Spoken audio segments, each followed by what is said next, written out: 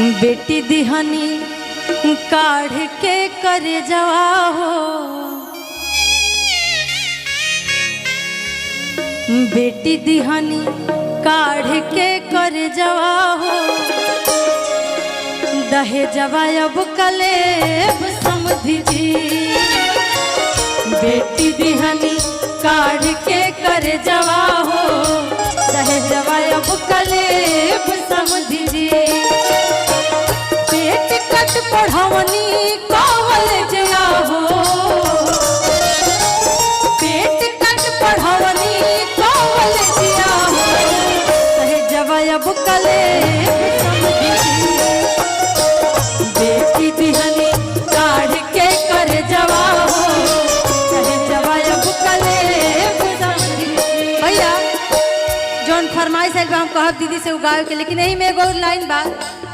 जब इहे डर से माई बाप अपन कोखे में जब जाना था कि लड़की बिया तो ओकरा के मार दिया जाता कि दहेज देवे के पड़ी, तो वो बेटिया जब मर जाती है तब कहती है अपन बाप से, निर्दयी पापा जी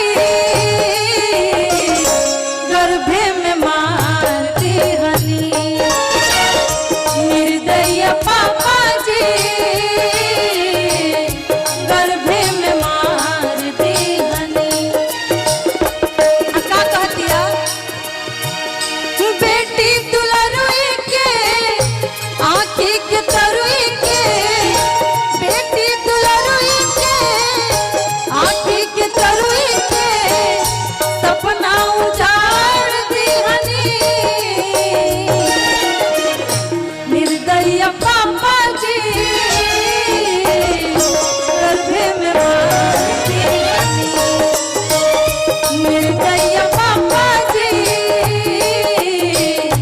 गर्भे में मारती हनी। यही में देखिए भैया, जब दहेज के चलते एगो लड़की के ससुराल वाला ओकरा के मार दिया जाता तो बहुत ही पुराना गीत बा।